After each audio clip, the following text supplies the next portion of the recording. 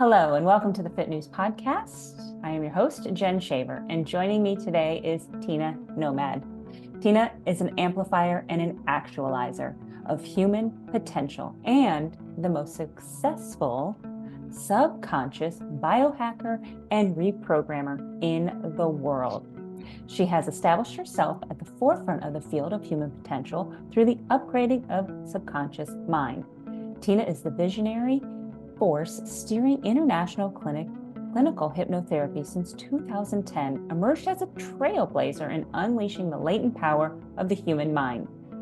As the architect of the top-ranked hypnotherapy business in San Diego, California, tina-nomad orchestrated a journey marked by unparalleled expertise and global influence.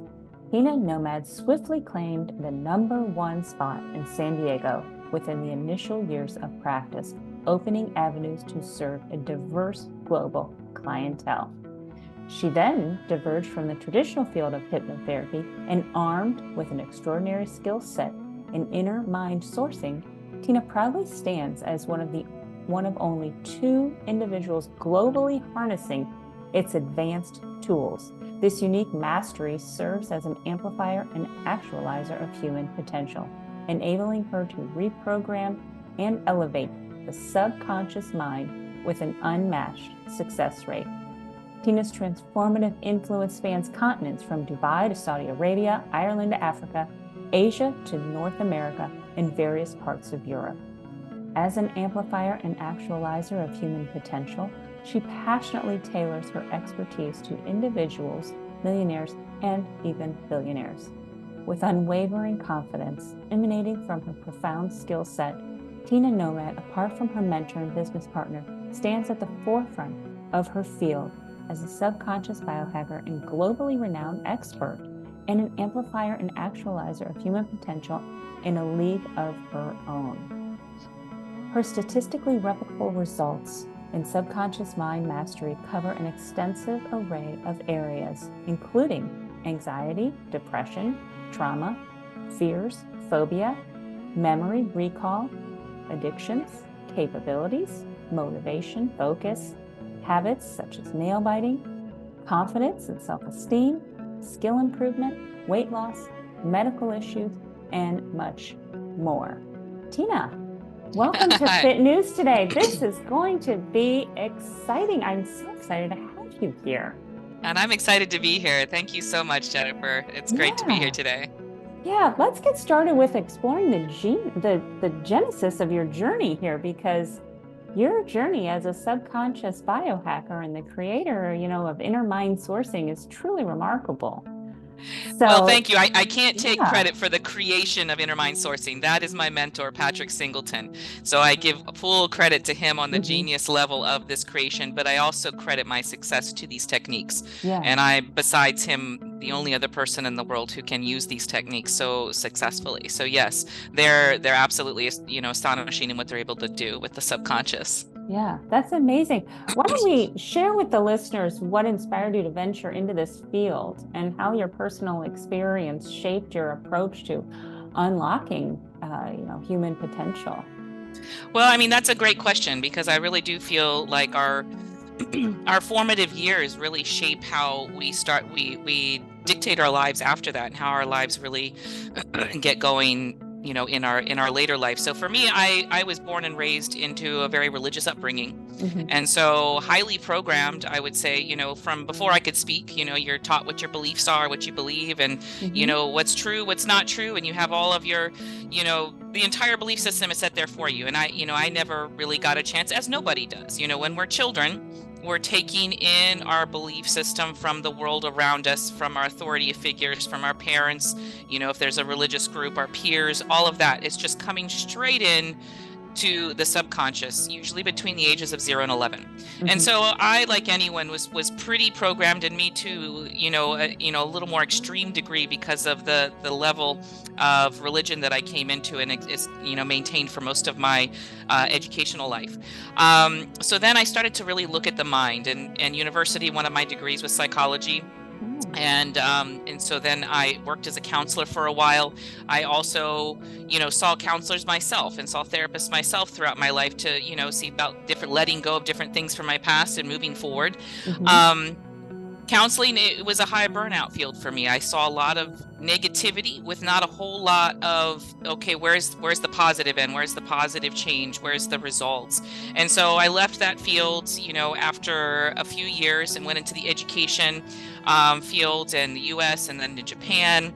And that was when I was in Japan, when I started to research a little more heavily the reason why the average functioning to above average functioning person may spend months or years of their lives trying to deal with things that were in their past, and so most people, and I know your programs deal with people that are, under time crunch and, that are, really want to making the use of their time, as I am. I'm a very efficiency-based person. We don't want to spend all our lives talking about the past. We want to be in the here and the now, resolve that, move on, and grow, right? And so I'm like, well, why is that not happening? Why is somebody intelligent, even like myself, you can understand the what, the when, the where, the why of, why I have this issue, whatever it is, but why is that awareness not enough to change it? And therapy is great. Traditional talk therapy is great for bringing that awareness. So, but what happens after that? Where is the shift happening? So that's when I started to research the subconscious mind. And I looked at the subconscious and I realized, well, I don't feel like my education in psychology really focused enough on the subconscious, because really the subconscious was where everything is at. That's where all of our programming is held, our limiting beliefs, our biological programming, our associations to things, our feelings, the entire body's controlled by it. So I started to ask myself, if everything is at the subconscious level, why aren't we just making changes directly at the subconscious level? To me, this makes the most logical and rational sense, right? And so then I started to, okay, let's see what modalities are out there. So that's when I started on, my course of getting back into the field of therapy, but from different angles. So I went to the best hypnotherapy schools that I could find and NLP schools. I attended, 3 months straight at a top, ranked hypnotherapy school in the US. I moved back from Japan, went 3 months straight, 10 hours a day, studied clinical hypnotherapy at an advanced level, took on NLP. And that's when I met my mentor, Patrick Singleton, who I could see was really, really cutting edge and, kind of a step above and really a genius with the subconscious. So I kind of just lashed myself onto him there at the beginning. And I started my business in San Diego after that, and really utilized him as a resource throughout. And the changes I was able to have at the beginning in San Diego were pretty obvious. I became, as you read in the bio, I became, top ranked in San Diego pretty quickly. But as I continued with Patrick, and now we're business partners and so on, he and I've assisted somewhat, really evolved the skill set. So at this point, we really start to treat the brain much more like a computer. And that's why the results have been so different. But coming back to your question of why, I think probably because I was so heavily programmed myself, I became really focused on, well, how can we rewrite this programming? This is like a computer. It's like any piece of technology. It can and should be upgraded on a regular basis. So how do we best do that? Well, I mean, the answer is with, a proper set of techniques, you can just tell it what to do and it does it. And if the person is willing, the person has to give permission, the person has to want the change. If that is there and the techniques are very thorough, you ask the subconscious, break these associations, pull out these limiting beliefs, pull out, these limiting programming from the biological systems from every level possible. The conscious, the subconscious, the neurological levels, the nervous system, the DNA, the RNA, the cellular memory, pull it all out. And then we kind of like rewrite that. And then we start to put in the programming you do want. Now you get to choose. Now you get to sit in the driver's seat and it's like, oh no, so maybe I believed I wasn't good enough. But what would I like to believe? That I am good enough just as I am, And so let's put that in there. Once you start to do it at the subconscious level, the results are immediate. I mean, people see positive differences after each session. And like you mentioned, I would say between 1 and 3, 1 to 6 max, I see full resolve for almost any of the issues you mentioned for almost any person. And so that's, but that's the long-winded approach to answering your question about why I'm so interested in programming and reprogramming is, from me coming from that point and then looking at the human species is, why wouldn't we want to tap into our full potential? Why wouldn't we want to be more of who we were meant to be? We're not meant to just be dictated on this programming that got put in there by default when we were children. Why wouldn't we want to write the lives that we want to have for ourselves? Right, right. Now I know that you know, in going through some of your, you have some great videos that are available out there on YouTube, and I know you mentioned that we are only living up to, I want to say, did you say 1/8 of our potential? I mean, that's not like, don't quote me on a scientific terminology. No. Right, but yes, right, yeah. But I would say based on what I can see, and my experience with people around the world that are tapping into that next level of what the human species really can. And, you know, we have examples of people that can do telepathy, they can do all these things. These are all aspects of the human species that we are all capable of. But at this point, we've become very rooted in the physical side. Yes, I would say we're operating on such a small percentage. And when we start to just tip the iceberg, and you know, the medical studies are what show that the best. You know, the American Medical Association and the British Medical Association have done a lot of studies that just using, you know, working with hypnosis or something before major surgeries or dealing with disease, the results are mind-blowingly different than if we did not engage the subconscious. And so the evidence is there, you know, it's just that, you know, that the education isn't happening at a level that it can be in the medical field or therapeutic field yet. But yeah, it's a very, very untapped resource. And in my opinion, the most powerful resource that we have at our disposal, the subconscious, that we're really overlooking. And so would you say that since we're not really living up to that, you know, full potential yet, would you say that that is a result of a lot of self-limiting beliefs? Or I mean, absolutely. I think the majority of people, you know, are unaware of why they're dealing with the negative emotions and the negative thoughts about themselves that they experience on a regular basis. Most people are just kind of operating on that by default.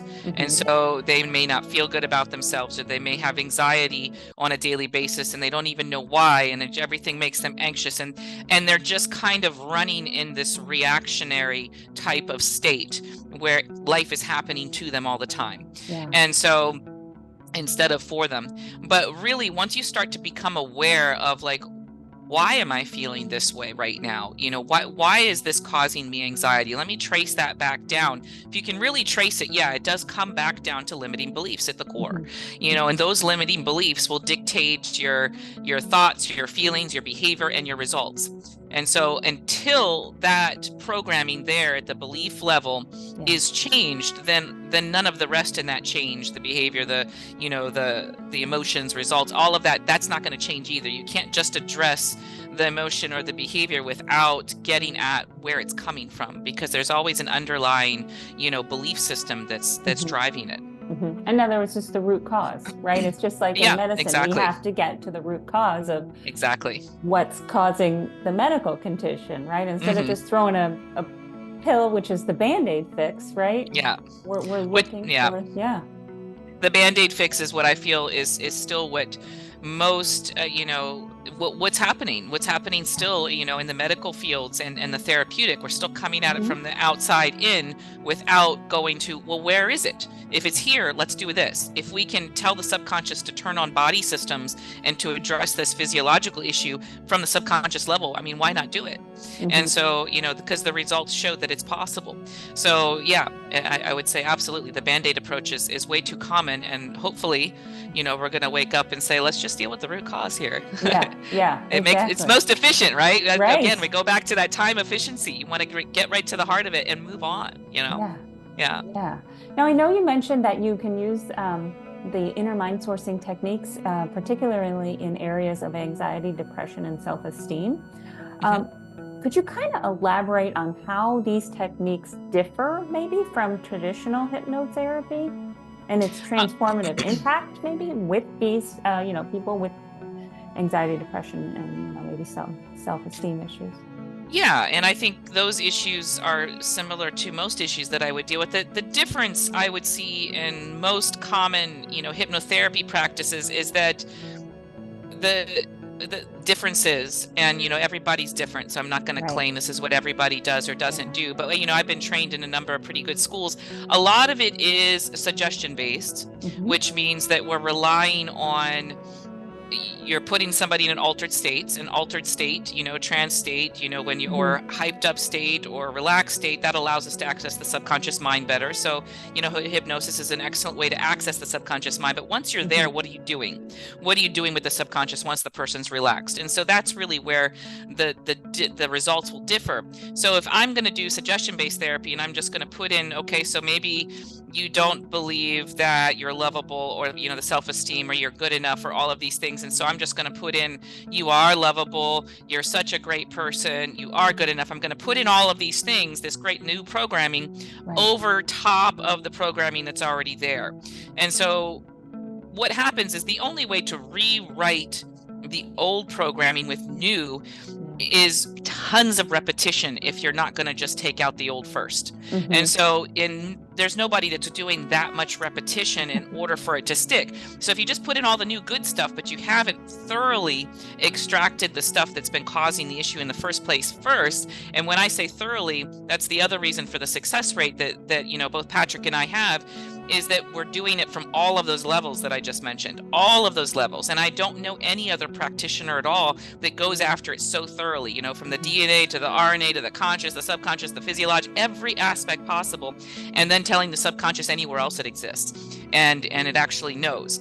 And the reason we know that it works is because, we ask for evidence after each single session. The next session, we're asking for the evidence. So, but that's the reason, the thoroughness of the approach, and dealing with the negative, the associations first, then the limiting beliefs and the limiting biology and the personality and identity issues, dealing with all of that, and then starting to put in the positive just as thoroughly.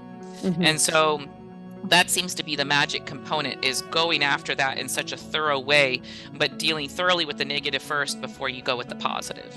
You got to clean out the old before you can bring in the new, right? and do it as thoroughly as you can possibly imagine, and then some. Yeah, exactly. Not just say, take out the belief that says I'm not good enough. Okay, so but take it out. But this is a computer that is very, very powerful. But the more specific you are with it, the more results that you're going to get, because that now it knows, okay, I'm going to go here, I'm going to go here, and it hears everything. And how it does all of that, I'm not going to pretend to know, but how this computer that we're talking on works either, I don't know, but I can still interact with it, and I can still get it to work for me. And it's the same thing. It's the same thing. We don't need to know how it's doing all those things, but we do need to know how can I interact with it. And so interacting with your subconscious is very imagination basis, which makes it super easy. Now, how would somebody know, if this is something that is for them, if this is what they need? Well, I mean, you're asking the wrong person for that, because I'm going to say I would say any person. And again, I'm talking average to above average functioning. I'm not talking people with severe, brain dysfunction or mental disabilities. The average functioning person, I mean, I don't know, and I say this as a challenge because I would love to find a way to do this faster and more efficiently and more powerfully, and we're always evolving that. But I don't know anyone that gets these fast of results that are permanent and lasting. And so, if you want to spend, people will come to me and they're like, I've been dealing with this issue for the last 20 years. And then, 2 or 3 sessions later, it's like, it's done. And so, we're talking a month to a month and a half of being able to clear any of those things you mentioned: anxiety, depression, self-esteem, confidence. The average is between a month and a month and a half. And so who wouldn't come? I mean, the person that would come is somebody that wants fast, lasting results in an efficient amount of time, and they really want to tap into their full potential.